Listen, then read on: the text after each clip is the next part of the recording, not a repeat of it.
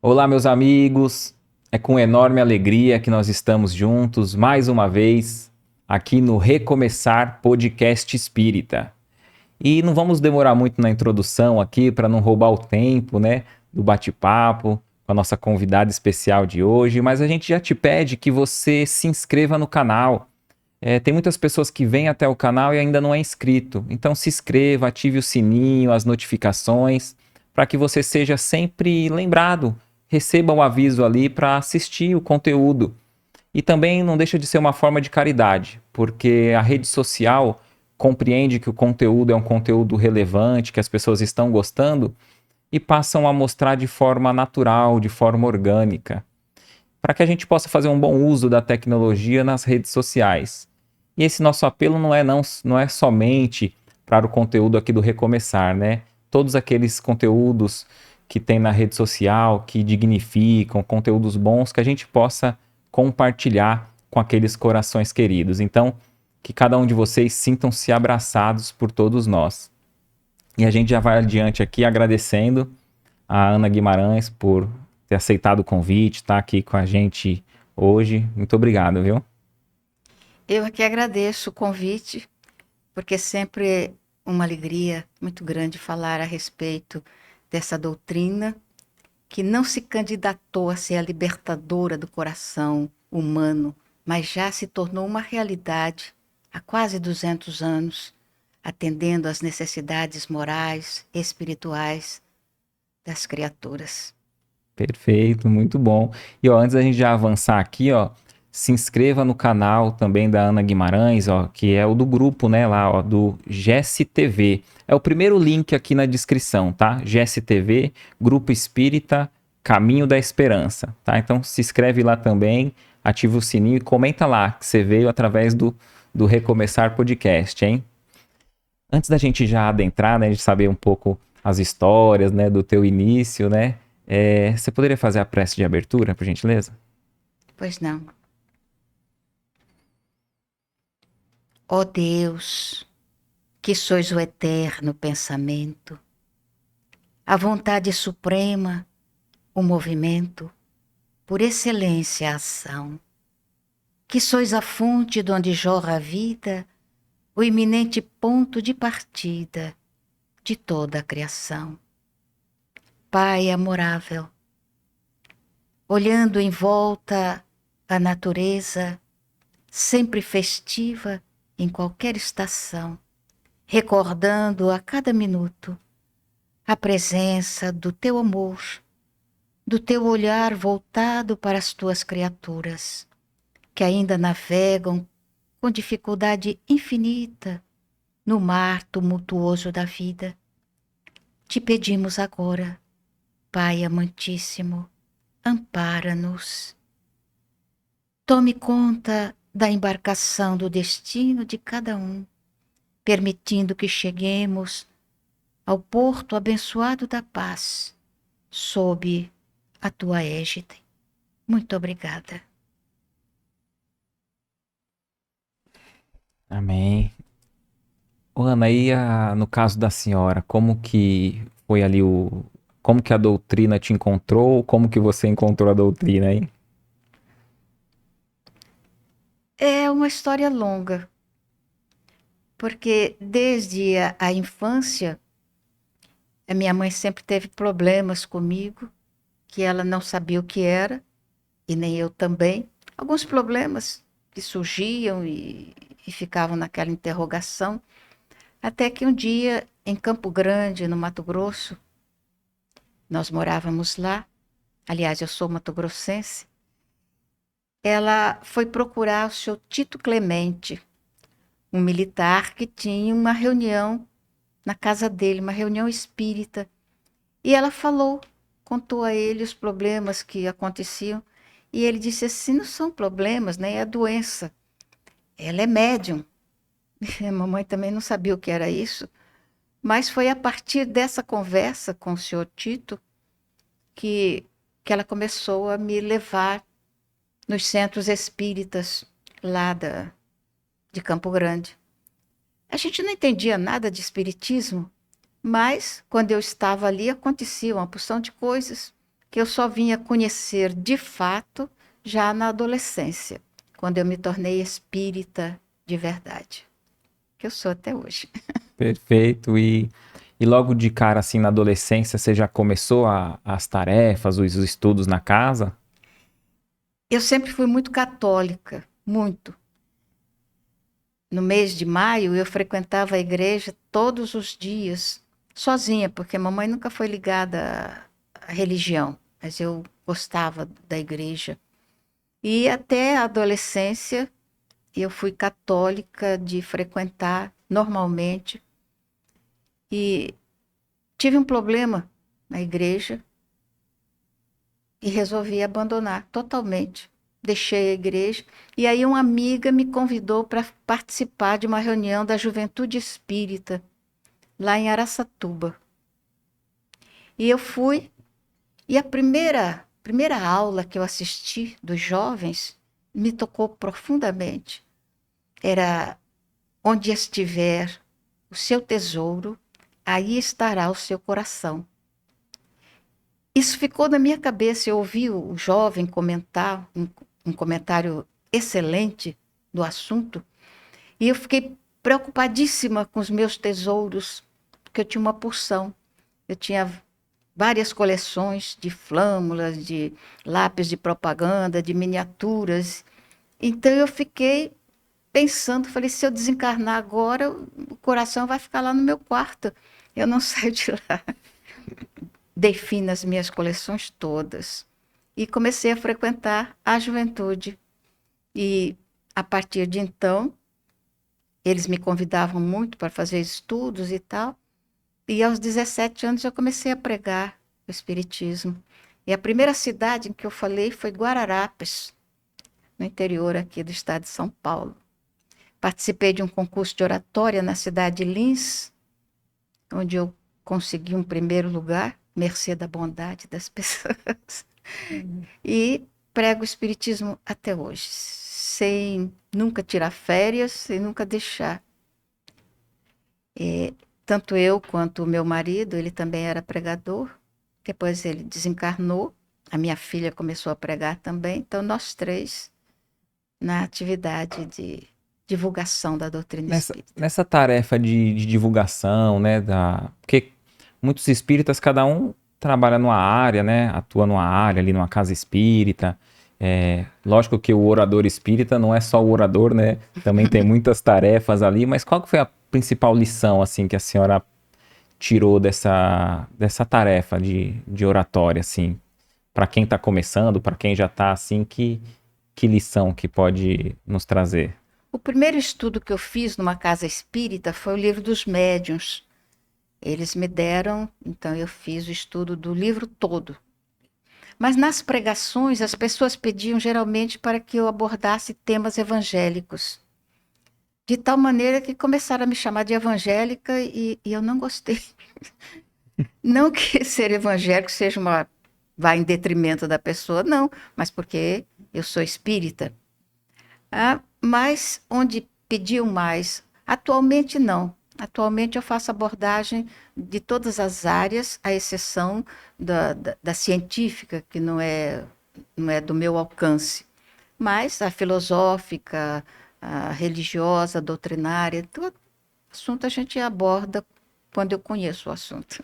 Legal, porque na palestra de ontem, né, do mês espírita de São Vicente, eu tava ali junto, né, a gente acompanhou, fez a transmissão no canal, né, tá no Facebook do Recomeçar, e a minha esposa tava comigo, ela é evangélica, né, ela é protestante. E aí eu falei, e aí, Benzinho, o que você achou? Ela, nossa, maravilhoso, eu viajei ali na história da Bíblia e tal, porque eu vejo os filmes, então eu vi cada cena que ela foi falando. Então acho que é legal, né, porque acaba agradando o público em geral, né, embora não somente o espírita, mas ali, lógico que tem temas que a senhora aborda já com essa visão reencarnacionista, tal, que muitos protestantes já não vê, né? Mas uma outra questão que a senhora falou foi das coisas que acontecia e vocês não compreendiam, né, no início. Uhum.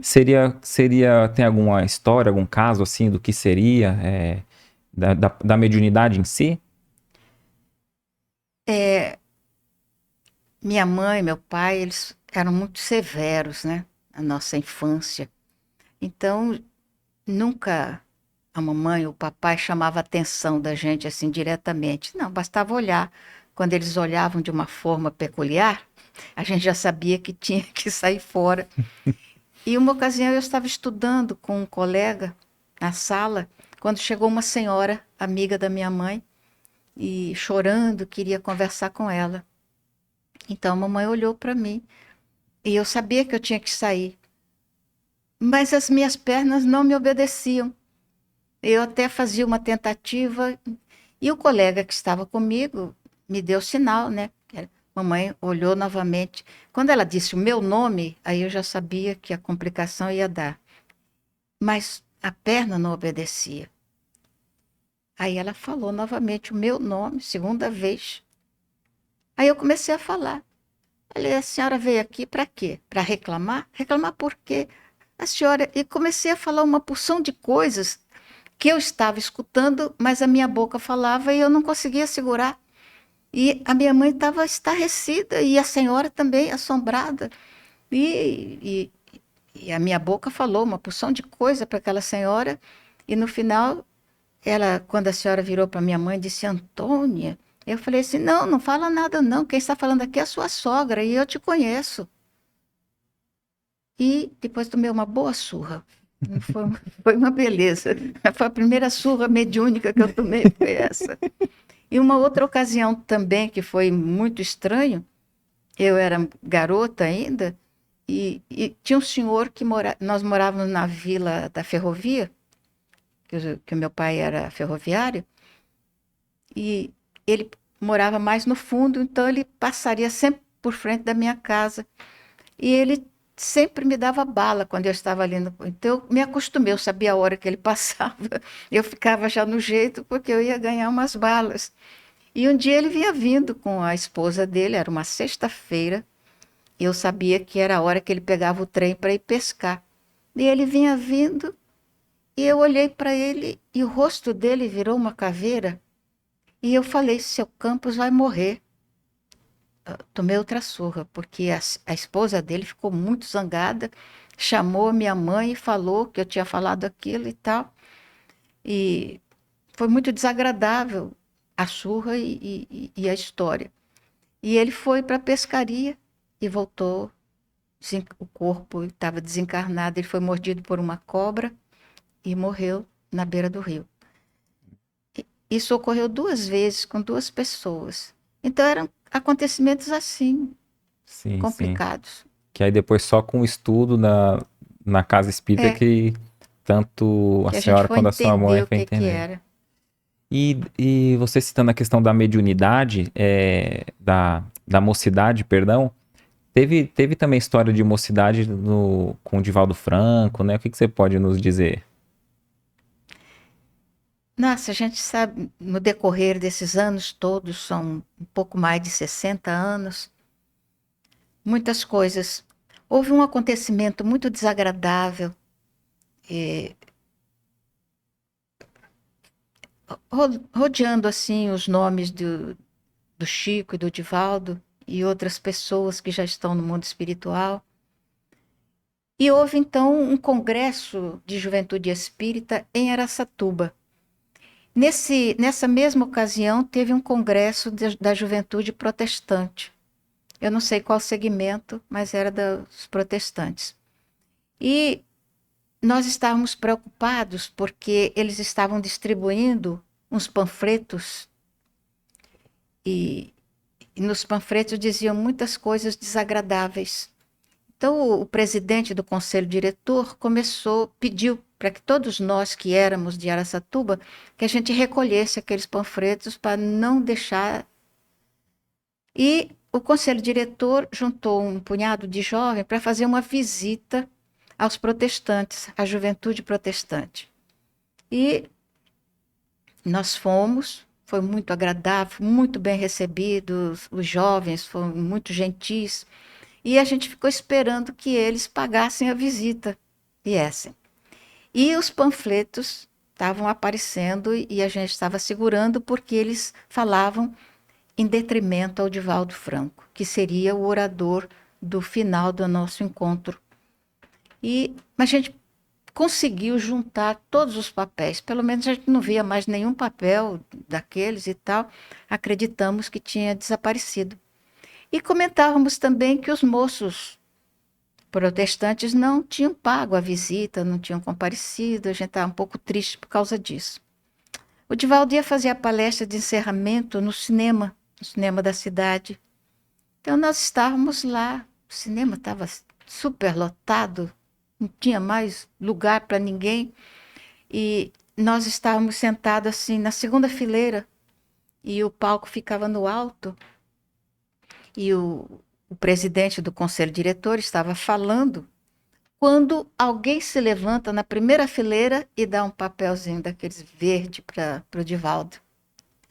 E nós vimos, eu e mais duas companheiras que estavam assim, vimos quando o Divaldo pegou e ele começou a ler. E à medida que ele ia lendo, ele foi empalidecendo, porque ele não sabia daquela história ainda. Ele foi ficando pálido e a gente tentando dar sinal, porque de onde estávamos não chegávamos até lá. Quando o presidente viu, ele bateu a mão e pegou o papel, mas o Divaldo já tinha lido. Então a gente viu que ele estava com a mão em cima da mesa, ele fechou a mão com tanta força que os ossinhos assim ficaram brancos. E nós estávamos muito agoniados, porque a gente percebeu que ele tinha lido e estava chocado com aquilo. Então, nesse momento, começou um barulho na entrada, uma confusão, e todo mundo levantando para ver o que é que estava acontecendo. Estava entrando um grupo de jovens. Era uma fila, começava com um garoto, assim, uns 10 anos, ia subindo até um rapaz já formado. E eles estavam fazendo o esforço para entrar. E eles estavam todos de terno preto, camisa branca, uma gravatinha daquelas compridinhas assim, lindos, bem arrumadinhos, todos 10 jovens. E eles foram chegando até chegar perto do palco e se apresentaram, que eram os jovens protestantes que vinham pagar a nossa visita. E eles subiram, se formaram no palco, e a gente estava olhando para o Divaldo, né? Porque ele estava assim com as mãos fechadas assim, tal. E os moços começaram a cantar. Primeiro foi um menino com uma voz bem delicada, suave, ele começou dizendo: "Eu quero falar com Jesus". Aí o outro: "Eu quero falar com Jesus", até uma voz bem grossa, que era do. Aí voltava novamente, era um cânone, dizendo só: "Eu quero falar com Jesus, eu quero falar com Jesus".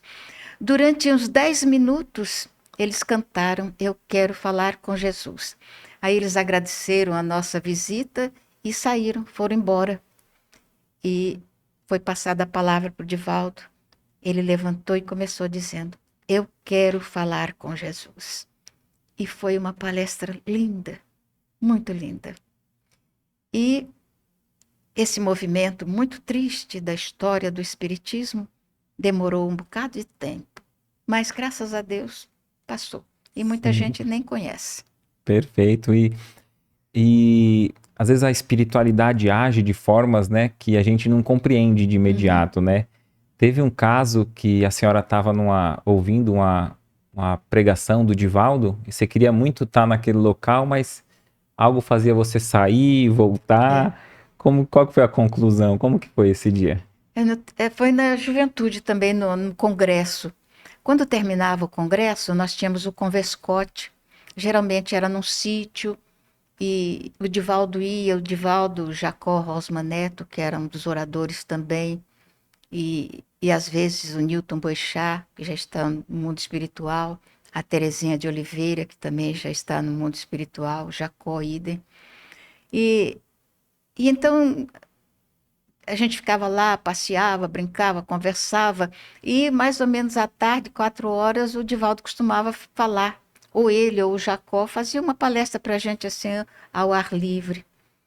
E nós tínhamos levado uma moça, uma jovem, que não era do movimento espírita e já tinha uma vida complicadinha, já tinha uma história triste na existência dela, tão curta. E nós fizemos questão que ela participasse do encontro da juventude e tal. Então, na hora que o Divaldo ia falar, tinha assim um laranjal perto e um córrego que passava, aquela água bem transparente, uma pedra. Então, o Divaldo subiu nessa pedra e ele começou a falar. E eu sou apaixonada pelo Divaldo. Quando ele começa a falar, eu paro e esqueço da vida. E foi o que ocorri. E a moça estava sentada do meu lado. E o Divaldo começou a falar e de repente me deu um enjoo, mas tão grande. Eu levantei, corri e fui lá no Laranjal. E era difícil de sair, porque estavam todos os moços sentados no chão. Eu consegui ir no Laranjal e passou. Não senti mais nada. Eu fiquei ali um pouquinho e falei, meu Deus do céu, eu queria ouvir a palestra. Voltei novamente. Pedi licença, sentei. 3 vezes a mesma coisa. Eu saí correndo e fui lá para o Laranjal e não aconteceu nada. Aí eu resolvi ficar, falei, seja o que Deus quiser, fiquei lá.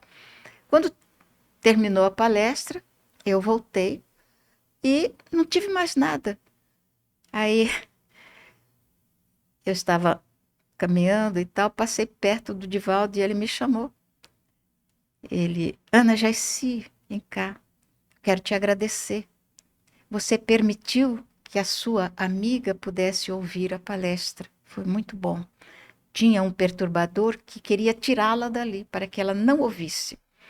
Então, cada vez que ele chegava perto, ele incorporava em você e você saía e voltava a sair. Até que eu saí, não voltei mais, o perturbador ficou comigo e a moça pôde ouvir a palestra toda. E o resultado dessa palestra foi muito bom para aquela menina. Então, tem um ditado que diz que a vida, o coração tem razões que a razão desconhece. E é verdade. Quando é que eu ia imaginar que o enjoo era para afastar o espírito perturbador que estava ali prejudicando a companheira? Que a companheira era mais necessitada naquele momento, né? Exatamente. Ela precisava ouvir a palestra dele. E ela ouviu. E Sim. eu ouvi picotado. Perfeito. E tem outro caso que, já que citou aí do Divaldo, né? Que a senhora estava passando por um momento difícil e falou, será que ele tá na casa que ele fica, né? Eu achei incrível essa história. O Divaldo, não sei se ele tem ainda, mas ele tinha um apartamento em Botafogo. E às vezes ele voltava de viagem, parava no Rio e ficava no apartamento. E eu tenho o telefone de lá. E eu estava passando por um período complicado. Todo mundo tem um período complicado. E eu estava com um. E eu queria conversar com alguém. E na minha cabeça só vinha o Divaldo. Aí eu resolvi ligar para o apartamento. Falei, quem sabe ele está por aqui, está passando por aqui. E ele me atende. Aí eu liguei. Mas eu tenho muito cuidado de falar com o Divaldo. Acho ele uma pessoa tão ocupada que é um desaforo eu tirar alguns minutos dele. Então eu liguei, quando tocou, eu desliguei. Era aqueles telefone antigo ainda, não é os de hoje, né? Eu desliguei, aí continuei chorando e varrendo a casa. Aí eu falei assim, vou ligar outra vez. Liguei novamente, assim que tocou, ele pegou o telefone. Oi, Ana Jaissi, por que que você desligou o telefone? E eu comecei a chorar. Eu não conseguia falar, eu queria contar para ele o que é que estava passando, eu não conseguia. Ele começou a contar para mim o meu problema. Ele falou, pois é, está acontecendo isso, isso, e foi contando, e eu chorava mais ainda. Aí, quando ele parou, eu falei assim, pois é, Divaldo, pode ser uma prova, uma expiação. E ele falou assim, pois é, pode ser uma prova ou expiação. Se for uma prova, você passe com nota 10. E se for expiação, você expia com educação e não reclama. É. E pronto, Está resolvido. Essa assertiva ficou para o resto da minha vida. Não reclamar de nada. Se for uma prova, passar com nota 10. Se for expiação, espiar com educação, porque é comprometimento que é da gente do passado ou do presente, não sei. Mas você vê que a senhora falou que estava passando por um momento difícil, estava chorando, mas estava varrendo, né? Varrendo Você a vê que, casa. você vê que o espírito é trabalhador, mesmo na dor, no sofrimento, não para de Dona de trabalhar. casa com filhos, não pode parar, chora. Perfeito. E com relação a esse momento, né, a gente também tem um grande exemplo de trabalhador espírita no próprio Chico Xavier, né? Então, quando a gente vai abordar a doutrina espírita, não tem como, né? Aqueles que tiveram oportunidade de conhecê-lo, a gente sempre quer ouvir mais, né? Assim, a senhora tem alguma experiência, algum caso? Nossa, tem uma porção. O Chico, eu acredito que os espíritas até hoje não tiveram a visão real da dimensão espiritual do Chico Xavier. Então, realmente aconteceu com o Chico na vinda dele aqui, na reencarnação dele, mais ou menos como aconteceu com Jesus, é claro, mantendo as devidas dimensões de diferenças. Quando Jesus vinha à Terra, né, foi anunciado primeiro a vinda do precursor, que era João Batista. Mas para o Chico reencarnar também veio um precursor. Esse precursor foi Eurípides Barçanufo, que veio para, digamos assim, harmonizar um pouco, porque o assédio da religião tradicional contra o espiritismo era muito grande. E os ataques que eram feitos eram muito grandes. Então, Eurípides foi mais ou menos um mediador, organizou. Tanto que ele viveu muito pouco. Ele desencarnou na gripe espanhola e quando ele desencarnou, o Chico já estava reencarnado. Então, o Chico veio com uma tarefa específica. Ele enfrentou muitas vezes o assédio da outra religião, mas já não foi tanto quanto na época do Eurípides Barçanufo. E ele pôde, então, desenvolver o trabalho dele como grande médium que ele foi, numa demonstração de uma variedade de capacidade mediúnica fora do comum. Então, estar perto dele era sempre uma lição. E tinha uma amiga lá no Rio de Janeiro que costumava ir e ela me levava a Uberaba. E numa das ocasiões, das últimas vezes que eu estive em Uberaba, nós fomos até a casa do Chico. E lá chegando, o Eurípides, o filho do Chico, nos recebeu e disse que o Chico estava doente, ele não iria na casa da prece e não estava recebendo ninguém. Nós voltamos para a pensão onde a gente estava hospedado, muito triste, né? Depois de uma viagem daquela e tal, mas era natural, o Chico já estava velhinho. E nós levávamos sempre 2 garrafas de água grande, 2 litros, porque a gente dava para ele e quando a gente ia voltar, pegava toda perfumada, né? Então, estavam as 4 garrafas em cima da mesa no quarto e a gente estava triste. Puxa vida, a gente vai voltar com as garrafas sem perfume e tal. E nisso, conversa vai, conversa vem, eu resolvi tomar um banho. E a pensão era uma pensão simplesinha, perto da casa da prece. Tinha 2 quartos, um de um lado, outro do outro, do corredor, e um banheiro para os 2 quartos. E eu fui tomar um banho. Estava tomando banho quando a minha amiga bateu na porta e falou assim: Ana, você quebrou algum vidro de perfume aí dentro? Eu disse: não, eu não tinha sentido nada. Naquela hora eu comecei a sentir perfume muito forte. Eu falei assim: nossa, eu não trouxe o vidro de perfume. Eu saí do banheiro, o corredor estava. A dona da casa, que nunca tinha ido visitar o Chico, morava lá em Uberaba, nunca foi, ela veio e falou assim: nossa, mas que perfume é esse? Que perfumou a casa toda. Quando nós entramos no quarto, vimos a garrafa. As 4 garrafas assim, geralmente elas ficavam com parecia assim uma fumaça em cima nessa parte vazia, ficava aquela fumaça, aquela nuvem branca esbranquiçada. Aí a gente sacudia a garrafa e toda a água ficava esbranquiçada. A água estava perfumada. Quer dizer, era o perfume do Chico. Ele não teve a oportunidade de nos receber porque estava doente, mas ele foi nos visitar onde nós estávamos. E isso não era tão difícil de acontecer. E outras coisas que eu tive a oportunidade de ver do Chico Xavier. Eu acredito que essas oportunidades de você ver, ficar sabendo, porque não são. Hoje a gente ouve muita história a respeito do Chico. Nem sempre são histórias verdadeiras.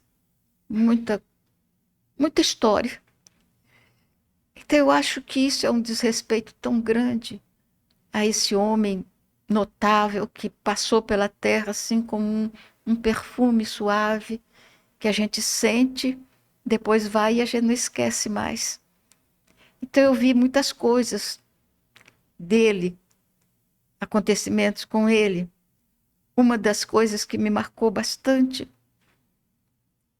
eu me sentei perto dele, ele sentava numa cadeira e de braços, e eu achava impressionante que ele ficava sentado numa posição horas a fio, sem mudar a posição do braço nem das pernas, só quando ele cumprimentava as pessoas. Mas eu estava sentado perto dele, tentando ficar ali sentado o tempo que ele ficava, mas eu não aguentava. Eu levantava, ia no banheiro, voltava e tal. E nesse ir e vir das pessoas cumprimentando, conversando, chegou uma senhora. Ela estava toda de preto e chorava muito. E chegou perto do Chico e falou assim: Ô Chico, eu preciso de um consolo, de uma razão para viver. Eu estou desesperada. E eu ficava olhando para o Chico para ver as reações dele.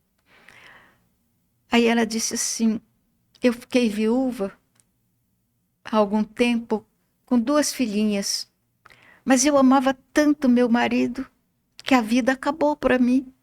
Eu esqueci que eu tinha 2 filhinhas e passei só a lamentar a partida do marido. Até que os vizinhos começaram a me chamar a atenção para que eu atendesse as minhas filhas. Então, eu fui acordando daquele desespero, daquela saudade, e me lembrei das filhas, comecei a cuidar delas, que até então eu não cuidava. E uma de 6, outra de 8 anos, e os vizinhos nos convidaram para ir um converscote. E eu não saía de casa, eu não tinha vontade de nada, eu tinha saudade, eu queria o meu marido de volta. Mas eu pensei nas meninas, fazer um piquenique é uma coisa boa. E resolvi ir. Fizemos o lanche todo, muita gente, foi um grupo grande, da beira do rio, e o rio estava muito cheio. Então avisaram que era para não chegar perto do rio. E realmente as pessoas estavam tratando o rio com muito respeito. E de repente eu estava no meio arrumando o lanche e tal, ouvimos uma gritaria e a gente correu para a beira do rio. A minha filha pequena, a menor, chegou na beira do rio, subiu numa pedra e a pedra se movimentou e ela foi projetada. E a irmã foi na pedra para segurar a irmã e foi projetada também. E eu vim correndo, quando eu vi as minhas 2 meninas sendo levadas, eu quis pular dentro do rio e o pessoal me segurou e todo mundo dizendo: não dá, não dá, a água está muito tumultuada, muito violenta, o rio está muito cheio. E eles me seguraram, Chico. E eu vi as minhas filhinhas sumirem, levada pelas águas. O desespero não tinha mais tamanho. Eu perdi o marido, perdi as 2 filhas. Eu quero morrer, Chico. Eu quero morrer também, porque o que é que eu estou fazendo aqui? Me fale alguma coisa que me console. Eu olhei para o Chico, ele estava chorando, as lágrimas correndo. Aí ele abraçou a senhora, encostou o rosto dele no rosto dela e falou assim: "Oh, minha filha, existem dores para as quais nós não temos palavras de consolo. Então eu misturo as minhas lágrimas com as suas. Eu choro junto com você no seu sofrimento." E a senhora, quando viu o Chico chorando, ela começou a limpar o rosto dele e falava: "Não, Chico, eu não quero que você chore. Eu não estou chorando mais, não chore." Foi uma cena muito tocante, muito linda. E a lição que ele deu: existem dores que não há palavras para consolar. Então a gente chora junto com aquele que está sofrendo. Isso tem um nome, chama solidariedade. E é uma das virtudes que não são tão fáceis de se encontrar. Às vezes a gente encontra, mas assim, en passant. Perfeito. Que história linda, hein?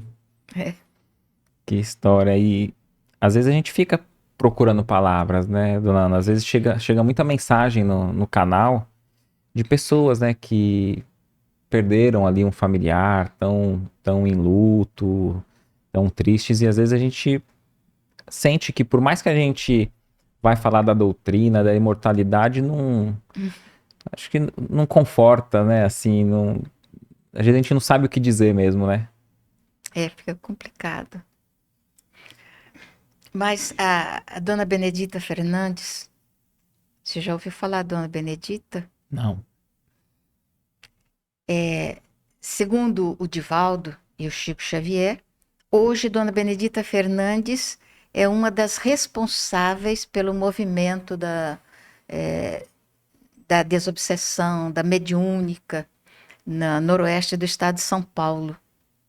Então, uma criatura que eu acredito que os espíritas deveriam conhecer, sim, porque é uma das medalhas lindas da história do movimento espírita de São Paulo, do Brasil. O, o César Perry de Carvalho, que foi presidente da Federação Espírita Brasileira, escreveu um livro contando a vida dela.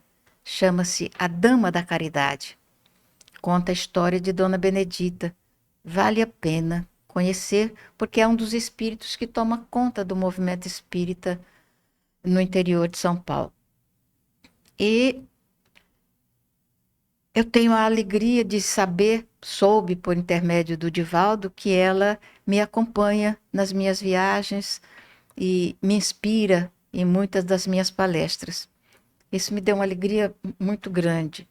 Então, às vezes, eu percebo a presença dela. Então, a nossa casa, Caminho da Esperança, vai completar em dezembro 44 anos. Então, fomos nós que fundamos a casa. Eu, meu marido e mais um grupo de pessoas. Então, e Dona Benedita tem sido um amigo espiritual que tem orientado as diretrizes da casa. E uma ocasião eu estava chegando no centro e eu ouvi ela dizer: "Você já reparou na fulana de tal, uma companheira da casa?" E eu disse: "Não, eu estava sempre ali junto, eu nunca, especificamente, nunca reparei, né?" Aí ela disse: "Repara." E eu comecei a perceber que a companheira estava muito triste, estava meio ensimesmada, meio afastada. Aí eu fui conversar com ela, chamei, falei: "O que é que está acontecendo?" Aí ela contou que o marido estava indo embora, estava abandonando a família, e ela estava muito triste por causa disso. E contou as histórias todas, dessas histórias que são tão comuns na atualidade.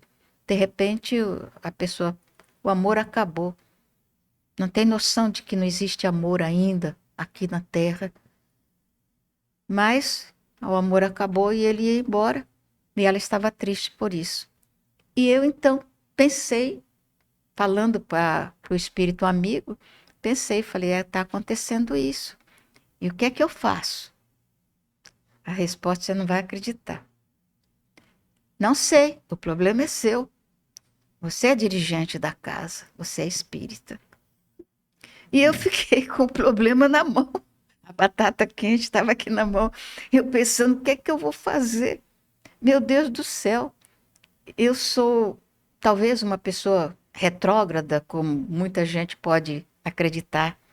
Eu acredito no casamento e acho que o casamento é uma instituição que, segundo a definição de Allan Kardec, é uma das leis humanas mais consentânea com a lei divina. Então, eu sou contra separações. E eu falei, e agora, o que é que eu vou fazer? Percebi que o senhor estava resolvido e ele não era espírita e não ia haver mudança nenhuma. Eu falei, eu tenho que tirá-la desse fulcro de sofrimento em que ela se encontra. E nós fizemos por 32 anos o feirão beneficente para a Mansão do Caminho, lá no Rio de Janeiro. E muitas casas espíritas do Brasil inteiro participavam, inclusive do Guarujá, a Marisa Cajada participou algumas vezes. E na sexta-feira, o Divaldo fazia a palestra conosco e no domingo ele fazia o feirão conosco no Colégio Militar. Então, como chegavam as pessoas muito cedo, normalmente eu fazia um festival antes da palestra do Divaldo. E eu pensando o que é que eu ia fazer com a nossa amiga, eu cheguei para ela e disse assim, minha filha, você vai declamar na sexta-feira, na palestra do Divaldo lá na UERJ. Ela falou, de jeito nenhum. Ela é professora universitária.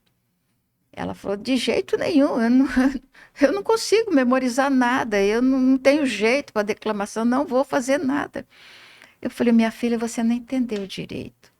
Eu não estou lhe pedindo, estou dizendo, você vai declamar um poema na sexta-feira, antes da palestra do Divaldo. As pessoas não discutem muito comigo, não, sabe? Então ela não discutiu. Ela falou, então você me deu um poema curtinho. Eu falei, tudo bem, tá aqui, O Pássaro Cativo, de Olavo Bilac. É um pouquinho assim, tem umas 12, ou 13, ou 14, 15 estrofes, eu não me lembro mais. Ela ficou assombrada, falei, então você vai memorizar. Para encurtar a história, hoje ela é uma das melhores declamadoras que nós temos na nossa casa. O que aconteceu? O marido foi embora, casou com outra, e ela é uma servidora espírita, não tem nenhuma animosidade contra ele, toma conta dos filhos e não pensa mais no assunto. Por quê? A nossa cabeça, nosso cérebro, é um computador que está trabalhando continuamente, noite e dia ele está funcionando. E se você prestar atenção, ele funciona mais no aspecto negativo do que no positivo durante o dia. Se você ora durante algum tempo. Depois você está perdido lá nos seus problemas, as suas preocupações de trabalho, de amizade, de família, etc, etc. Então, o pensamento voa, como diz a música popular, como o pensamento voa. E, normalmente, o teor dos pensamentos que vigem na nossa cabeça são muito mais negativos que positivos. Quando você começa a se dedicar a memorizar poemas, o que acontece? Você vai fazendo exatamente o que a educação manda que a gente faça. O que é educar? Educar é formar bons hábitos. Então você está se autoeducando, formando o hábito de substituir os pensamentos vadios, sem valor, por pensamentos positivos, porque você vai pegar os poemas do que os espíritos mandaram para nós outros. E o teor desses poemas geralmente é de elevação moral, elevação espiritual. Então você educa o seu pensamento. O que ocorre? Quando você está dirigindo, você vai sair daqui para uma outra cidade, ao invés de você ficar pensando nada, você está pensando. Há mistérios peregrinos nos mistérios do destino. E você está em casa, está sozinho, não está lendo, não está fazendo nada, você está ocupado com alguma coisa, a cabeça está lá. Oh, que saudade que eu tenho da aurora da minha vida. Então você nunca está com a mente desocupada. Então lá na nossa casa, todos os frequentadores têm o hábito de ler poemas e memorizá-los. Perfeito, muito, muito interessante. E às vezes hoje em dia não é tão comum, né? Às vezes até o hábito de ler poema, né? Às vezes a gente vai escolher até um livro, né? Que a gente estava olhando aqui antes na Uhum, prateleira. Às vezes tem outros livros que nos saltam os olhos e às vezes a gente não se aprofunda, né? Eu vi até um vídeo da senhora falando que às vezes a gente lê pouco, até o Parnaso de Além Túmulo, né? exato. Quase não. Os espíritas quase nem conhecem Parnaso do Além Túmulo, primeiro livro do Chico. Perfeito. E quase, nossa, a quantidade de poetas que estão ali. Eu anotei aqui, eu vou. Meu próximo objetivo desse ano, decorar um poema. Qual que a senhora sugerir? Faça isso. Sugere um para mim. Menino, pelo amor de Deus, tem Qual que é o preferido? tantos. O seu preferido? Eu gosto de José Soares Cardoso, mas é difícil você encontrar livros dele. Você encontra na internet. Se você encontrar aquele poema que eu encerro as minhas palestras, com os olhos fitos nos céus. O título é esse? É. Com os olhos fitos no céu. E os poemas de Castro Alves. Esse que eu falei um pedaço, há mistérios peregrinos nos mistérios do destino. Nossa, eu gosto muito de Castro Alves. Agora, a minha cabeça é cheia de Cheio poema. de coisa boa, tá vendo? A gente tem muito que aprender, viu? É, e a senhora falando sobre esse amparo da espiritualidade, tem algum relato assim com Bezerra de Menezes? Porque ele é um espírito que a gente se liga a ele, né, nos momentos de dores, da saúde, né? Uhum. Muito conhecido no meio espírita, né? Tem alguma experiência assim? Sim, aquela que eu disse que eu não estava me lembrando, lembrei agora. Dr. Bezerra já salvou a minha vida algumas vezes. E uma das vezes eu estava em Curitiba e tive que fazer um cateterismo de emergência. Na viagem eu comecei a ter problemas cardíacos e fui fazer um cateterismo lá, orientado pelo Dr. Gamarra, que é um amigo muito querido, médico homeopata, que já está no mundo espiritual.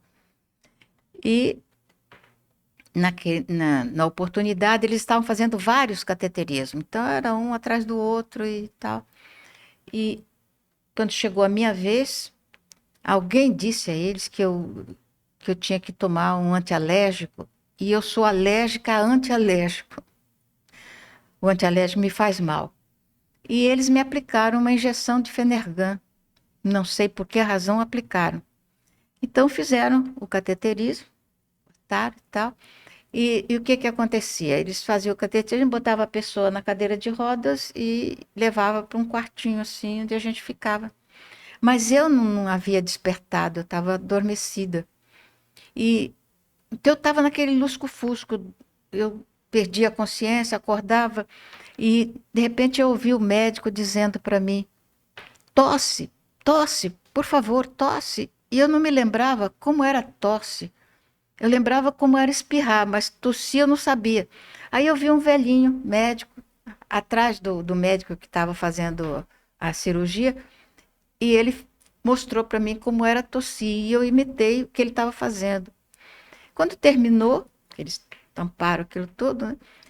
Ao invés de me botar numa cadeira de rodas, eles me botaram numa maca e me cobriram. E estava uma amiga comigo.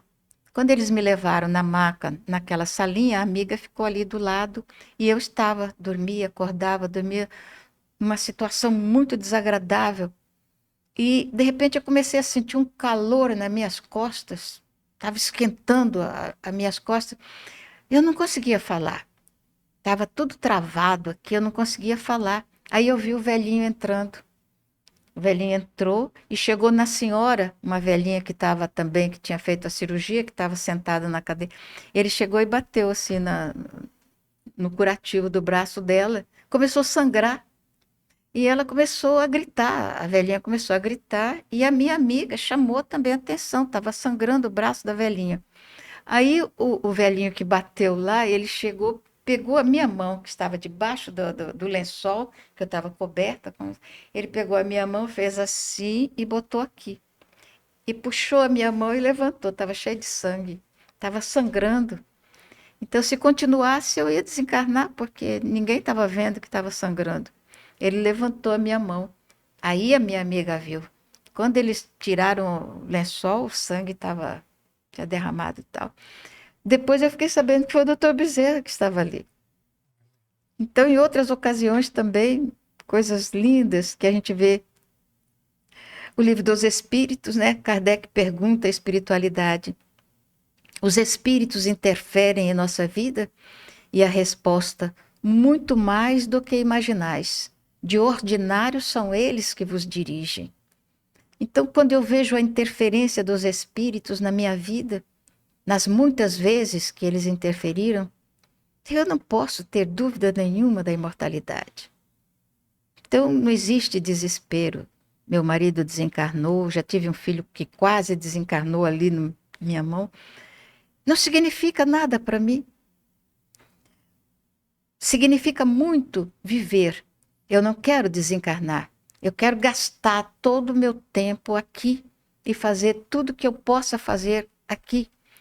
Para quando eu sair, eu saia uma completista, que eu tenha gasto toda a minha energia vital no trabalho aqui, para sair liberada, sem medo nenhum, sem nenhuma preocupação, porque eu sei que a imortalidade da alma nos leva à nossa verdadeira vida. Aqui é que é a prisão onde a gente se encontra. Porque todos nós, prova e expiação, todos nós somos prisioneiros desse corpo que está aqui. Quando você se libera dele, você está livre. Abriu as portas da prisão e a gente sai. Se você utilizou bem a sua prisão, você se libera bem. Se não, o que eles dizem? Vai voltar para a prisão, meu filho. Sinto muito. Perfeito. Não é uma liberdade total, né? Sai com a tornozeleira, né? Exato. E me fugiu e a pergunta. E dentro do movimento espírita, né? Você falou assim que quer gastar o fluido vital ali no bem, né? Tem algo que você ainda gostaria de fazer, um sonho, de realizar dentro da doutrina, assim, algum objetivo? Na realidade,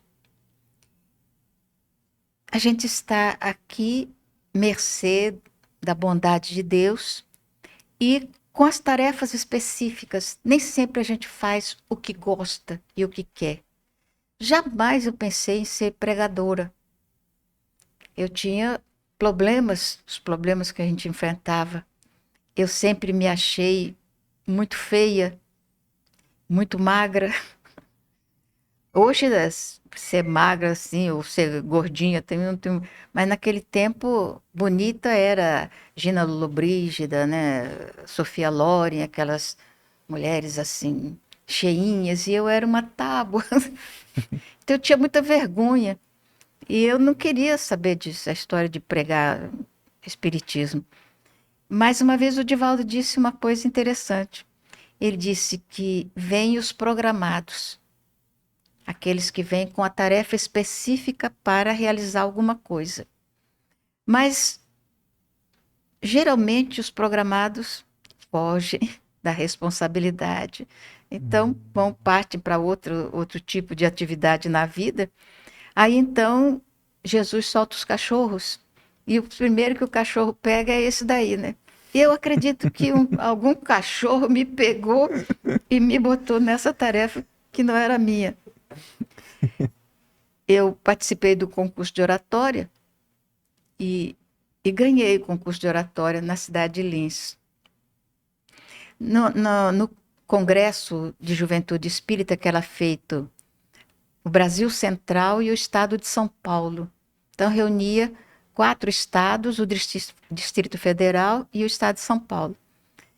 E essa concentração foi feita em Goiás, em Anápolis, Goiás. E, normalmente, no final das concentrações, era o Divaldo que fazia a palestra.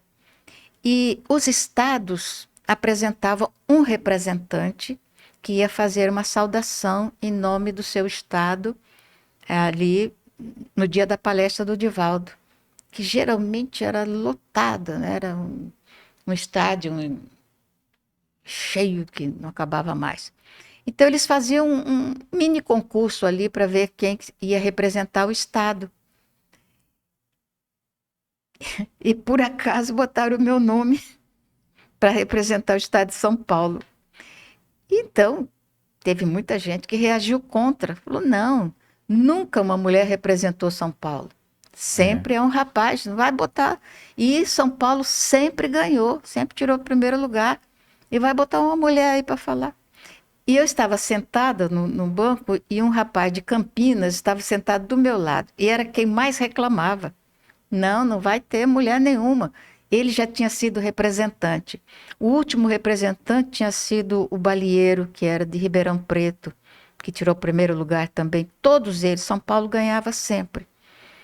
E ele falando, aí ele virava para mim e falava assim, você não se importa não, né? Mas mulher não pode representar São Paulo. Ele não sabia que eu era a própria. Acabou que eu ganhei, eu ia representar São Paulo. E eu fiquei desesperada. Quando eu ia saindo do local onde eles fizeram a votação, um rapaz que estava junto com o Divaldo chegou e botou o braço no meu ombro, falou assim, não fica triste não, eu estava chorando. Você chega em casa, toma um banho, abre um livro, lê um texto, memoriza esse texto e dorme, vai dormir. Porque era naquela noite que o representante ia falar. E eu fui. Esse rapaz que falou assim comigo, mais tarde veio a ser o meu marido, casei com ele. Então eu fui para casa e fiz exatamente o que ele disse. Eu abri um livro, Ideal Espírita, abri e li. Reconhece-se o verdadeiro espírita por sua transformação moral e pelo esforço que faz para domar suas tendências negativas. Até hoje está aqui. E eu deitei e dormi. E à noite eu botei o meu melhor vestido e fui. Quando eu cheguei lá no local da palestra do Divaldo, a minha amiga, que tinha ido comigo, nós éramos de Araçatuba, ela olhou e falou assim, você não tinha um vestido melhor? Eu não tinha, porque eu era muito pobre, arrimo de família, eu era bancária, trabalhava no banco, arrimo de família, aquele era o meu melhor vestido, foi o primeiro impacto. Depois ela, e essa cara? Você não passa um batom, você não pinta essa cara, que coisa horrível. Eu nunca tinha usado pintura. Outro impacto. Aí ela falou, ai, esse cabelo, meu Deus do céu, olha, tudo era ruim, não tinha nada que prestasse ali. Aí ela falou, vamos lá no banheiro, vamos dar uma arrumadinha nisso. E fomos, né? E ela deu uma ajeitada, não melhorou nada, mesma coisa. Aí no final, eles iam chamando os representantes e sentava assim, uma mesa comprida, cheia de fio. Naquele tempo, os gravadores, aqueles gravadores grandes assim, botava aquele pacote de fio, tinha fio que não acabava mais. E eles iam chamou o orador, que era o Divaldo, outras pessoas e tal, e os representantes vinham no final. E ela pegou e disse assim, vê se você tira esse óculos de secretária horrível da sua cara, vá sem óculos. Meu Deus, hein? Eu falei, eu não enxergo nada, míope. Tudo bem. Aí foram chamando, né? Chamaram Mato Grosso, Minas Gerais e tal. Aí quando chamaram Brasília, né? E era quanto Distrito tempo Federal, de fala? 10 minutos. 10 minutos. Aí a moça de Brasília estava linda, com um chapéu. Ela falou, a minha amiga, olha lá, ela tem até chapéu. Eu falei, se eu botar um chapéu, aí é que fica uma beleza. A insegurança só aumentava, né? Meu Jesus, você nem imagina. E, por último, chamaram o estado de São Paulo. E lá fui, eu sentei na última cadeira e eu fiquei medindo a distância que tinha entre o lugar que eu estava e o microfone que estava lá do lado do Divaldo, do lado dele.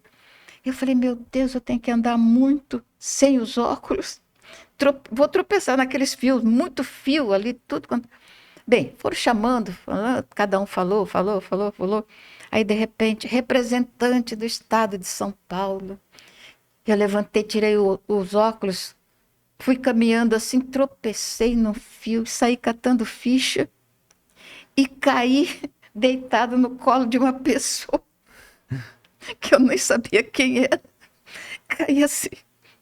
Aí a pessoa me abraçou e falou, calma, Ana Jaci, você vai se sair muito bem. Era o Divaldo, eu caí no colo dele. Olha. Aí eu levantei e falei 10 minutos. Comecei exatamente como o rapaz tinha me ensinado. Falei o texto que eu tinha memorizado e depois não me lembro mais o que foi que eu falei. Sim, sim. E geralmente eles marcavam a vitória do jovem pelo tempo de palmas que recebia. Então, quando eu voltei para o meu lugar, ninguém estava batendo palma.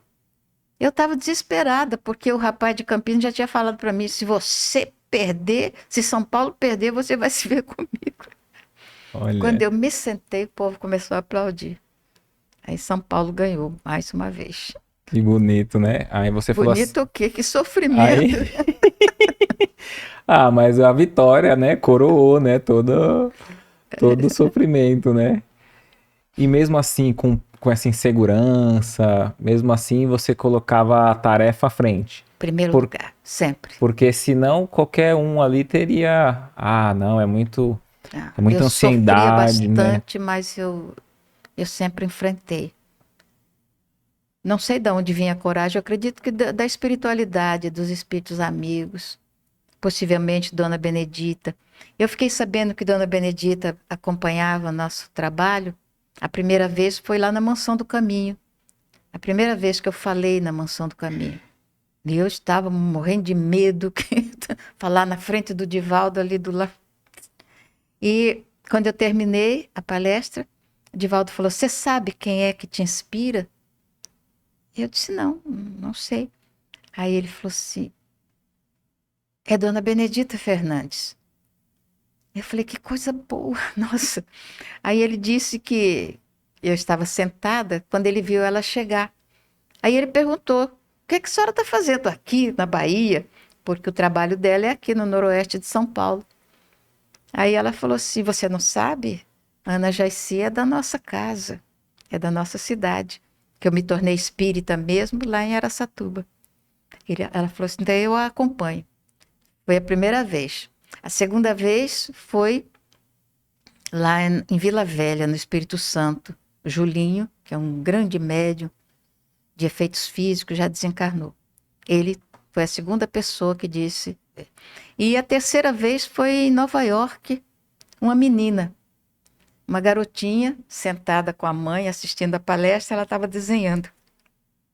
Quando terminou, ela veio e falou assim que tinha visto aquela pessoa junto de mim. E era o retrato da Dona Benedita, que eu Olha, tenho até hoje guardado. que lindo, hein? Então eu sei então, que ela nos ajuda. Ô, dona Ana, deixa eu te perguntar. O ar-condicionado tá bem na direção da senhora. Tá muito gelado aí? Quer que eu. Não estou sentindo. Tá bem assim? Uhum. Então tá. Que às vezes eu tô mais pra cá, eu tô tranquilo e a senhora passando frio aí. Se Não, está tiver, não. se estiver incomodando, você fala, tá? Uhum.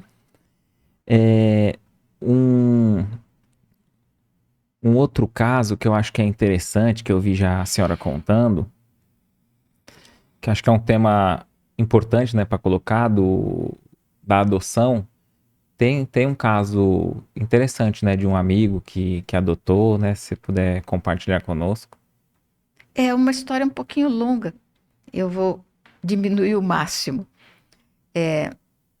Tinha um advogado numa cidade lá do estado do Rio que costumava trabalhar para adoção de crianças do Brasil para estrangeiros.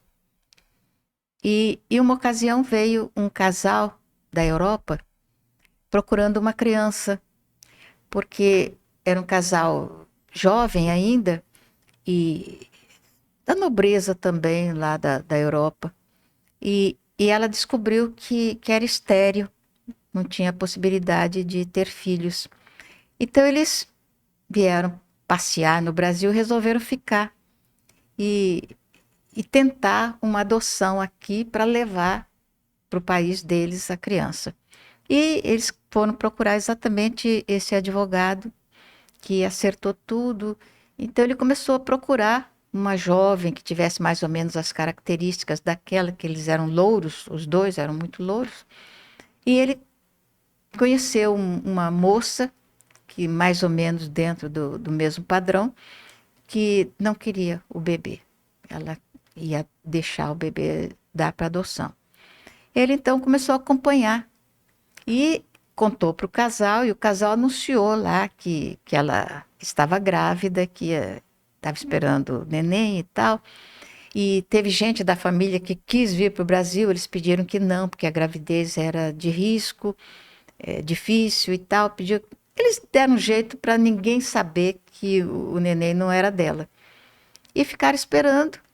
E quando chegou a ocasião, ele foi no hospital, pegou a criança e levou para casa do presidente de uma casa espírita, que tinha 3 filhinhos, 3 garotos. E falou: você toma conta do bebê, que eu vou avisar o casal para eles virem buscar a criança. Era um final de semana, então foi difícil de encontrar o casal, que estava passeando no Rio de Janeiro. Até que no começo da outra semana, eles ficaram sabendo, e foi aquela alegria. E eles tinham preparado um enxoval, pegaram um enxoval e tal, e foram para a cidade lá buscar o neném. Aí a surpresa, era um neném branquinho, tudo, mas o cabelo era preto retinto. Quando a moça olhou, falou assim: não, não posso ter um filho desse, imagina. A família toda de cabelo amarelo, o marido também, e sai uma criança do cabelo preto. Ela não sabia da história do Champollion, se ela soubesse, ela não diria isso. Então ela não quis a criança. Ela foi embora e além de ir embora, ainda levou o enxoval todinho, não deixou nenhuma roupinha para o neném, que não tinha nada. E aí o casal, né, que era espírita e tal, pediu e foram arrumaram a roupinha para ela. Aí avisou o rapaz, falou assim: olha, eles não quiseram a criança, foi embora. E agora você tem que dar um jeito. Nós também não vamos ficar com o neném. O filho mais novo já estava lá com seus 7 anos. E aí ele falou assim: fica com a criança um pouquinho, que eu vou arranjar uma pessoa para adotar. E começou a procurar. Enquanto isso, eles juntaram lá, pediu para um, pediu para outro, roupa para o neném, fralda, essa coisa toda. E foi ficando. E o advogado falava assim: não consegui nada ainda, mas estou procurando. E passou 1 mês, 2 meses, 3 meses, 7 meses, a criança estava na casa do companheiro. Aí o rapaz ligou e falou assim: consegui. Eu vou levar um casal que vai buscar o neném aí. Aí eles foram para o centro e os 3 meninos ficaram tomando conta do neném. Quando eles voltaram para casa, tinha um menino chorando e 2 meninos não estavam na casa. O que foi? A janela dava para a rua. Então eles disseram que o neném estava no berço e a janela estava aberta, e quando eles entraram, o neném tinha desaparecido. Olha, foi um negócio. Procura e chama a polícia, e uma complicação danada, e não achava o neném e tal. E já 10 horas da noite, eles estavam agora em casa, num desespero, quando chega o filho mais velho com o neném no colo. O que aconteceu? E o casal tinha ido lá para buscar o neném tinha desaparecido. O que aconteceu? Eles, os meninos, não queriam mais dar o neném. Eles esconderam o bebê e Para ninguém levar. Para ninguém levar. Então, a menininha já estava com 2 anos na casa quando eu a conheci. Eu fiquei sabendo da história depois, uns 2 anos. E ele tinha, na mesa de cabeceira dele, tinha um retrato da mãe dele. E a 3x2 a menina ia lá pegar E o pai chegava, não pegue, esse é o retrato da vovó. Você não pegue, não é para pegar. Ela deixava lá e saia. Aí, numa das vezes que ele entra no quarto, ela estava encostada na cama com o retrato na mão. Aí ele falou assim, mas eu já disse que não é para pegar o retrato da vovó. Aí ela pegou e falou assim, também eu era gorda, velha e feia. Não quero olhar mais. Olha. Eu era gorda, velha e feia, não quero ver mais. Botou. E ele ficou com aquilo na cabeça. A menina fala, eu.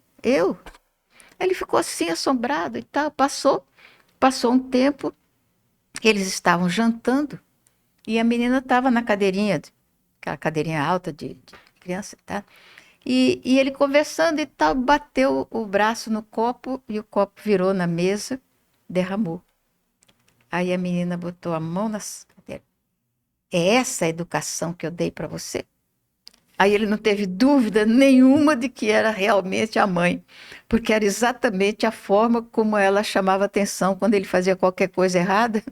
Ela botava a mão na cintura. É essa a educação? Olha, que interessante, né? Como que a espiritualidade dá um jeito, né? Pois é. Dos espíritos afins ali. Ele nem queria adotar coisíssima nenhuma. A menina caiu de paraquedas Sim, na casa sim. dele. Perfeito. Dona Ana, vamos caminhando pro final, né? Para não furtar seu É tempo verdade. aqui. Tem umas três perguntinhas só que eu anotei pra gente concluir, assim. Qual fato da tua jornada mais te emocionou nesses anos de tarefa, assim? Só falando como o Roberto Carlos, né? São tantas emoções. Realmente, muita coisa. Muitos acontecimentos que marcaram, mostrando que a gente nunca está sozinho. E muitas vezes a gente, no labor, na tarefa, na ignorância, a gente não percebe o quanto os espíritos nos protegem. Mas houve um acontecimento na cidade de Araçatuba.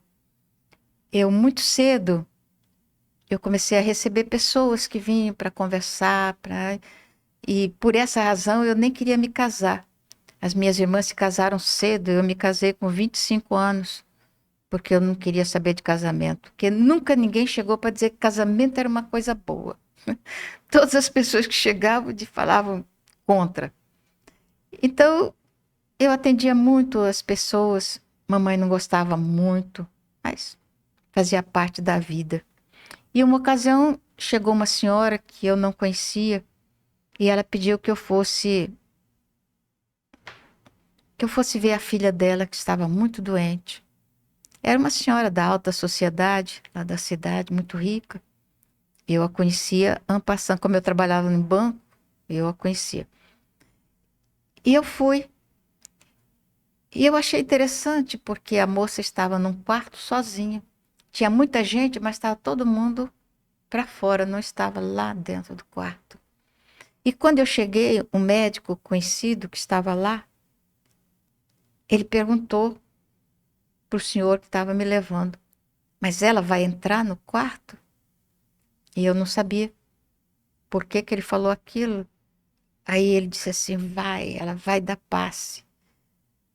Aí o médico ficou meio assim, alguma coisa não estava muito correto ali na história. Mas eu entrei e a moça estava se afogando na secreção da garganta. Então o médico que geralmente me acompanha no tratamento, eu vi que ele tomou as minhas mãos e ele colocou a minha mão na garganta da moça e limpou a garganta, tirou aquela secreção, botou do lado e limpou, que a moça começou a respirar. E ela ficou melhor. Aí então avisaram que o avião tinha chegado, ele tinha fretado um avião para levar, a moça estava com croup. Tem outro nome também para a mesma enfermidade, difteria. E você sabe que é uma coisa muito contagiosa, né? E E o médico que trabalha comigo, geralmente ele usa a minha mão mesmo, sem nenhuma proteção, sem nada. Mas eu nem sabia o que, que era aquela doença e tal. E eu fui para casa, me fizeram até lavar a mão, passar álcool e tal, que eu achei que era uma coisa tão. Lavar a mão, tudo bem, mas álcool, mas foi. E eu fui para casa e de madrugada eu comecei a ter febre, febre alta. De manhã, mamãe foi me chamar e eu estava fora do ar. Aí o médico veio, ficou muito assombrado. Mas quando foi meio-dia, a febre passou. E eu fiquei boa. O médico que era conhecido fez uma porção de exames, pois eu fiquei sabendo no mundo espiritual que as bactérias, né, tinham saído todo na febre, aquele febrão que deu de 40 graus, né? Os espíritos cortaram a infecção que poderia ocorrer. Então, muitas vezes, em questões assim, nesse sentido, nunca eu me senti prejudicada por atender as pessoas. Nunca. E a presença dos espíritos era sempre, vinha sempre na forma de perfume, a presença do Dona Amélia Rodrigues, dos espíritos. Então, para encerrar, vou contar um. Depois da reunião da juventude, geralmente a gente saía, ia para a periferia da cidade, levava café, levava açúcar, manteiga, pão, e a gente escolhia uma casinha bem pobre para tomar um café com as pessoas. Então a gente chegava, um grupo assim de 10 jovens, vem tomar café aqui. Aí a dona da casa sempre ficava sem graça, porque não tinha café. E a gente fazia isso de propósito, né? Porque aí oferecia o café e tal. E numa das vezes que a gente estava caminhando, já tinha saído da cidade, eu vi uma picada assim no mato, um caminho. Falei, vamos entrar por aqui. E chegamos numa casinha.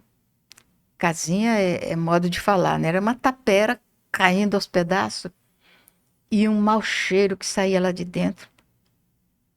Falei, deve ter alguém morto, algum bicho, vamos ver o que que é. E chegamos em cima de uma palha assim no chão, tinha uma senhora. Ela tinha elefantíase. Cada perna tinha essa largura assim, coisa horrível. E numa das pernas tinha uma ferida que estava cheia de vermes. E era aquela ferida que dava um mau cheiro. E o amigo espiritual sempre me levava para o mato e ele mostrava determinadas plantas para eu arrancar e fazer medicação com ele. E eu fazia isso. Aí o fogão dela eram 3 pedras, a gente acendeu o fogo ali, fervemos aquelas raízes. E na hora de lavar a perna da senhora, precisou 3 rapazes pegar a perna e botar dentro da bacia, de tão pesada que era. E aí quem ia lavar? Tinha que ser eu.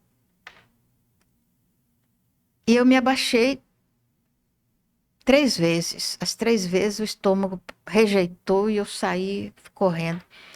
Na terceira vez, quando eu estava voltando, eu ouvi o amigo espiritual dizer: se você não pode, eu posso. Aí a minha mão mudou. Ela foi mudando, mudando. Aí daqui para baixo eram outros braços, não eram os meus. Que lavou a ferida, tirou todos os bichos que estavam lá dentro, limpou até sangrar. Quando começou a sangrar e pegou aquelas raízes fervidas, amassou bem e botou na ferida da senhora e passou um pano que eles pegaram lá e terminou. Aí, naquele momento que estava sendo lavada a ferida, veio um cheiro de manacá. Não sei se você conhece manacá. É flor? É uma flor muito perfumada. Ela nasce roxa, depois vai ficando branca. Então, geralmente tem as 2 cores no pé, a roxinha e a branquinha. O cheiro de manacá tomou conta da casa. E a gente saiu prometendo voltar. Mas aconteceu um fenômeno muito estranho. Eu me esqueci totalmente. Nunca mais me lembrei da senhora. E se passaram 20 anos. Eu já estava casada, morando no Rio de Janeiro, quando eu fui falar na cidade de Buritama. E um rapaz, um jovenzinho parecido com você, chegou e falou assim: Nossa, minha avó gostaria tanto de ouvir a senhora, mas ela é muito doente, ela não se levanta. Aí eu disse: Mas eu vou na casa dela, cidade pequena. Falei: Amanhã eu vou até lá, era domingo. Então eu fui cedo na casa dessa senhora, uma casa de tábua, bem nova, sabe? Tava bonita a casa. Nós chegamos, uma sala grande, uma cama de casal na sala, e estava deitada lá uma senhora, coberta naturalmente. E eu me aproximei da cama e conversamos um pouco. E eu disse que ia fazer uma prece e dar um passe nela. Quando eu comecei a fazer a prece, o cheiro do manacá entrou pela janela, mas perfumou a sala toda. E ela olhava para mim assim, parecia que ela estava me conhecendo e tal.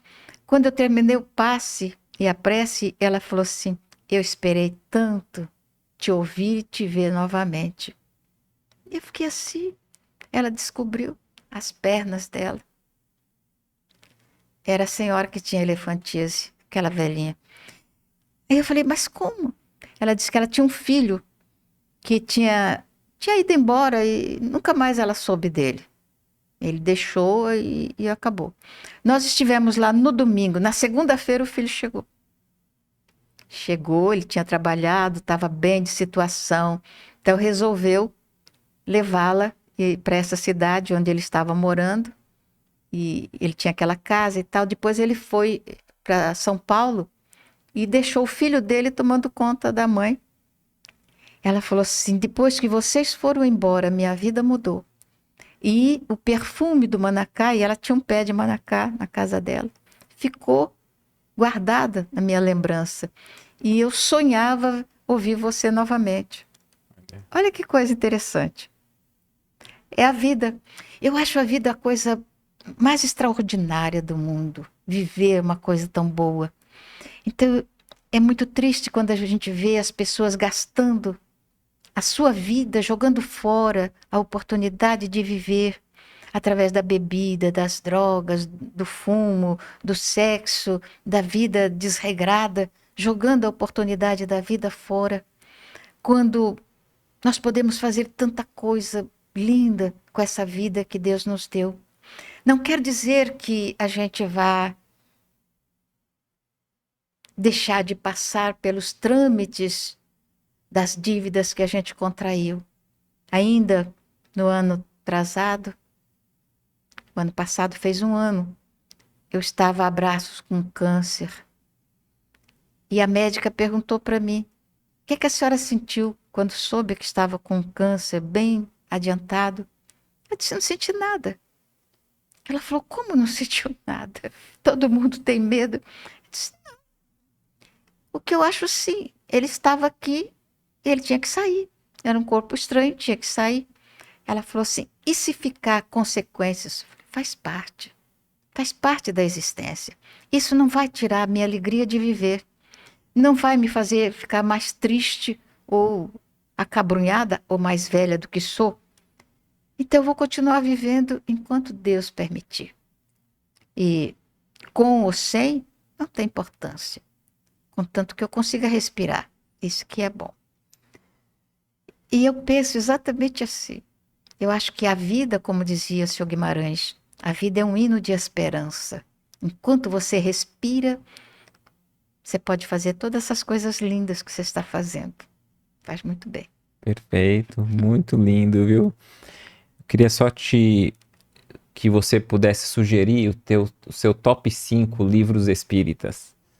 Quais os seus 5 principais livros? E se quiser também comentar o livro que a senhora está lendo no momento. Olha, 5, muito pouco. Eu sou apaixonada por livros, como era o Sr. Guimarães e como é a minha filha também. Devoradora de livros. Então, tem um livro que eu leio todo final de ano, todo, que é há 2000 anos, eu releio sempre. O encontro do senador com Jesus é alguma coisa que eu acho extraordinário. E o encontro do senador com André de Gioras, o homem do qual ele tirou o filho e que foi para as galés, o encontro dele e o que ele fala para o senador, quando o senador se nega a deixar livre o filho dele, eu acho que todas as criaturas deveriam ler e matutar sobre isso. Quando ele diz, senador, com as suas palavras, o senhor acaba de gerar um inimigo que vai lhe fazer sofrer muito no futuro. Se nós pensarmos bem, às vezes você faz alguma coisa para alguém e você não tem noção do que fica nessa criatura, as consequências que advirão de uma atitude. Então, se nós temos a hombridade de pedir desculpas, de pedir perdão, a gente evita uma quantidade de problemas que poderiam vir depois. E a oportunidade que o senador teve encontrando Jesus e deixando de lado aquela oportunidade foi o que ocasionou todo o enredo do romance e que faz ainda até hoje o padre Nóbrega ou o Emmanuel estar remando contra a maré até hoje, 2000 anos depois. Então esse livro eu leio muitas vezes. A Vingança do Judeu é outro livro que eu leio muito. Não pelo enredo, mas quando o judeu e o príncipe se tornam espíritas. Essa mudança de comportamento das duas criaturas, eu acho extraordinário. Para mim é uma lição de vida quando os dois que são inimigos se tornam espíritas, encontram o espiritismo através da mediunidade e eu acho extraordinário. Então eu releio sempre para manter na memória. Esquina de Pedra é um livro escrito por Wallace Leal Rodrigues, que foi da cidade de Matão. E esse livro, ele narra o princípio do cristianismo, os 300 anos em que o cristianismo foi realmente a vivência que Jesus deixou. Porque depois do ano 300, ele começou a mudar e se transformou no catolicismo de hoje. Mas esse período desses 300 anos é uma lição para quem deseja realmente aproveitar a existência que nós estamos vivendo. Quem deseja tirar dessa existência subsídios para o seu crescimento, para a sua evolução. Então eu acho notável esse livro também. E olha, tem tantos outros.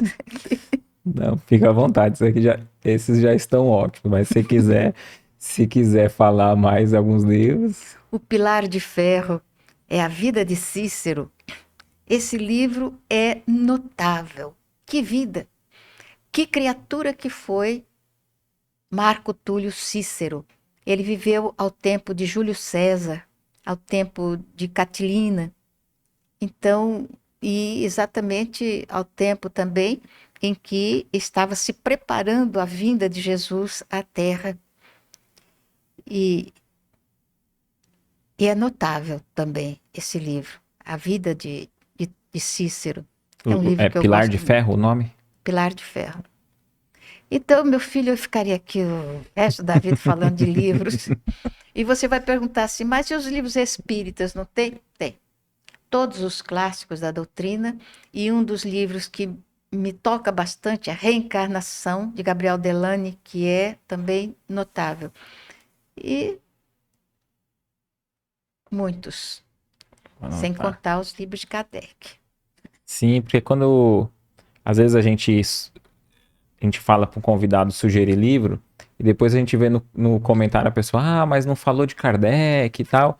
É porque Não, de Kardec é fora de. já é o obrigatório, né? É, Digamos assim, é, né? é fora do concurso. Perfeito. Eu queria agradecer mais uma vez, né? Toda, todas essas histórias, esses casos de tanta lição que para mim serviu muito. Espero que também, com certeza, para o público gostou bastante. Agradecer a cada um de vocês que chegou até aqui, né? Viu o episódio até o final. Gratidão. E deixar esses minutinhos finais para a senhora fazer as considerações finais. Se quiser declamar algum poema, já que a senhora citou no decorrer do nosso diálogo, fica à vontade. Eu gostaria de dizer aos meus irmãos espíritas e aos outros irmãos de outras religiões que, em realidade, religião, a palavra religião, que eu acreditava até pouco tempo que fosse oriunda do verbo religare, verbo latino, que sugeria religar a criatura ao seu Criador. Eu imaginava assim. Até relendo o livro Depois da Morte, de Leon Denis, Leon Denis diz que religião não quer dizer religar a criatura com seu Criador. Religião quer dizer que a criatura ligada, guindada a uma religião, deve procurar harmonizar-se com os companheiros da mesma religião. Deve haver fraternidade, amizade, carinho entre os componentes de uma igreja, não importa qual seja a igreja, qual seja a religião. O importante é que essas criaturas vivam harmonicamente. E quando a gente vê tanta cisânia, tanto separatismo, tantas pessoas se desligando por questiúnculas, por coisas sem valor, eu fico pensando no valor da religião que a gente está dispensando e está esquecendo. Então, quando Jesus deixa para nós outros o convite para que nós nos queiramos bem uns aos outros, e ele dá ainda o exemplo como ele nos quer bem. Amai-vos uns aos outros, como eu vos amei e vos amo ainda. Então, tudo isso é de vital importância para que um dia a nossa terra deixe de ser de provas e de expiações, para se tornar um mundo de regeneração. Não esperando que os luminares da espiritualidade venham aqui para transformar a terra, mas que você, meu amigo, meu irmão, que você comece agora, enquanto é hoje, como diz Alta de Souza, a reverenciar a oportunidade de ser pai, a oportunidade de ser mãe, a oportunidade de ter irmãos, a oportunidade de respirar neste mundo que nos auxilia, com tantas oportunidades que nos dá, nos auxilia a crescer.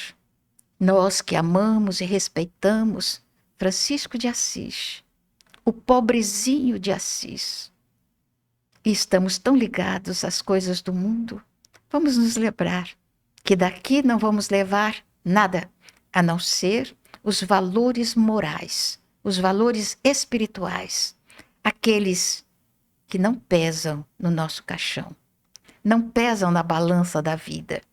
E quando formos atravessar o Estige na barca de Caronte, como dizem os egípcios antigos, e quando colocarmos o nosso coração na balança, e do outro lado for colocada a pena, haverá equilíbrio nos dois pratos, porque o nosso coração estará despido das coisas negativas. Então não haverá peso nenhum. E nós vamos atravessar o rio da desencarnação e chegar do outro lado da vida. Talvez ainda não como vitoriosos, mas pelo menos como não comprometidos. Que Deus abençoe a todos vocês. Um abraço fraterno, amigo, e o desejo de que o Senhor Jesus nos guarde a todos. Maravilhoso. Gratidão. Muita paz a todos.